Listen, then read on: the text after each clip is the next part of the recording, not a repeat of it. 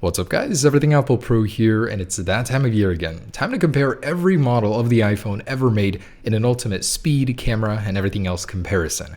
It's almost hard to believe that it's been 10 years since the original has been released. Time really does fly. You'll know how incredible this is. I hope you never really know, because it's bad out there today. This year, our new arrivals are the iPhone 8, iPhone 8 Plus, and the missing iPhone 10, which I'll have to make an amended video for, but for the time being, I'll do it with these. So these guys are great. I've been using my new 8 Plus. It's a fantastic device, incredibly fast, great cameras. I'm excited to see how it compares to the rest. Also, iOS 11 is new. So this is a massive update, riddled with bugs upon release, but overall feature-packed and pretty cool. Apple had good intentions with this one. We'll have to see how it runs on the older devices, and this video really will give us that comparison and perspective. So this is the difference 10 years makes. We've got glass versus aluminum. Overall design is the same on these. Most of the changes are going to be happening on the inside. Apple has just been killing it with the processors. The new iPhone is 150 times faster than the original. That is insane to think about that in just 10 years, your phones have gotten 150 times faster. And that's definitely not to say that other things haven't changed. For example, the displays have gotten much bigger, much sharper. The new True Tone display technology is pretty dang cool. Your phone doesn't look so icy blue anymore.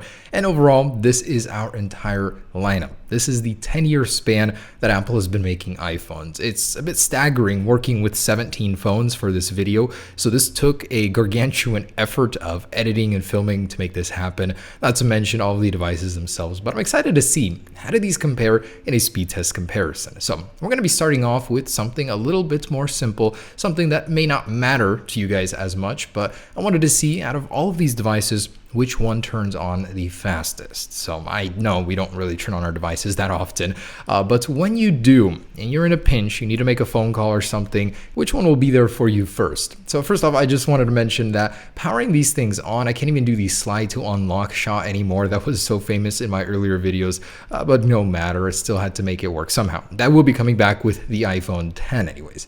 So I actually had to buy a 20 USB port adapter just to make this startup happen. But anyways, we're off here, and as close to synchronized as possible. We've got them entirely lined up here. This is based on release schedule, so from the oldest to the newest on the right. Notice the weird flashing iOS 11 does for some reason, but we've got a winner already, the iPhone 8 and 8 Plus series. They are incredibly fast, followed by the 6S Plus, 7, 6S, SE, and the iPhone 7 Plus. So I've got a little waiting period here until the next one. Which one will be the number 6? It's got to be one of the newer devices, right? Well, the oldest iPhone original model actually came in next, then the iPhone 6 series, then the iPhone 3GS, the iPhone 5C strangely, which beat out the iPhone 5, and then followed by the iPhone 4, iPhone 5, and the 5S soon after that. Very interesting. Then the iPhone 3G, and hey, guess who's last? You knew you shouldn't have updated your 4S.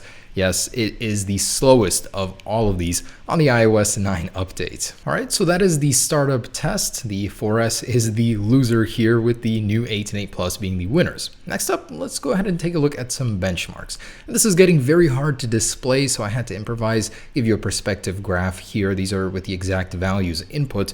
The iPhone 8 Plus doesn't make as big of a difference as you would think in the single core score versus the 7, but the multi-core is almost double. That's just crazy. Man, Apple has got this processor game locked down. Can't wait to see what's next. So this is the oldest versus the newest. What a world of difference, right? Next up are the Antutu benchmarks, which do take into account the GPU as well. We've got a very nice results here. Interestingly enough, the 6S and 7 were pretty much the same there. Now moving on to the HTML5 compatibility test for the Safari browser, just one I like to throw in here.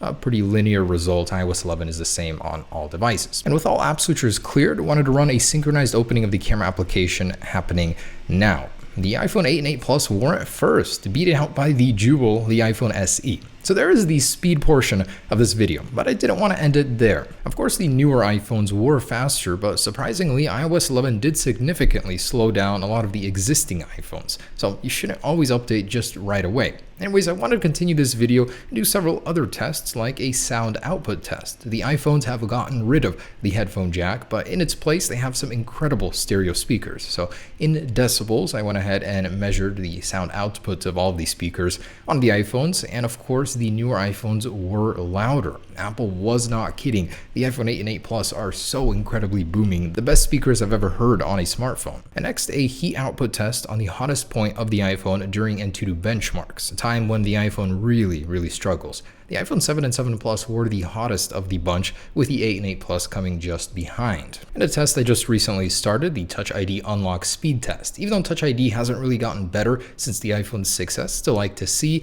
and the new iPhone 8 was first, followed by the 7 Plus and the iPhone 8 Plus. Speed of animations is a key factor here as well. If Apple got rid of that, it'd be much faster in general. So next up, cameras. Oh boy, I'm so excited to show you this one. It's hard to believe that with old iPhones we would take pictures of this caliber.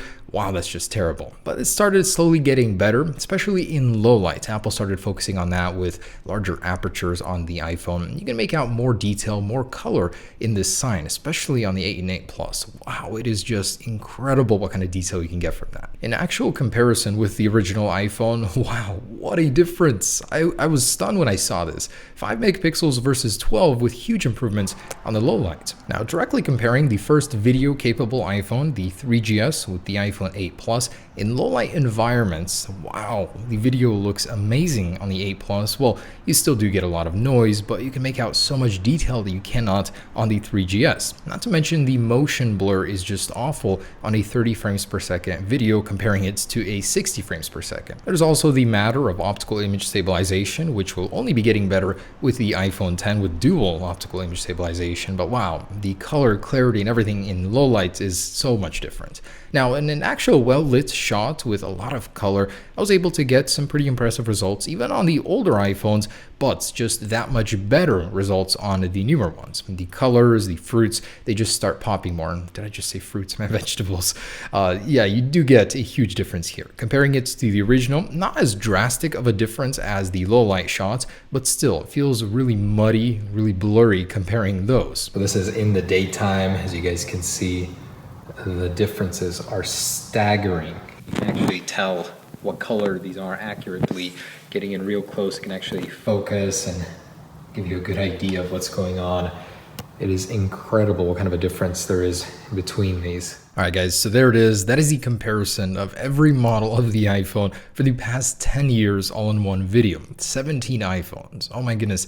This was not easy, but I hope it was worth it, seeing the perspective that 10 years makes between these phones, even though it seems sometimes not much is changing. Please drop a like for my troubles on this video. Hope you guys enjoyed it, and stay tuned for the new one with the iPhone 10 here soon. Peace.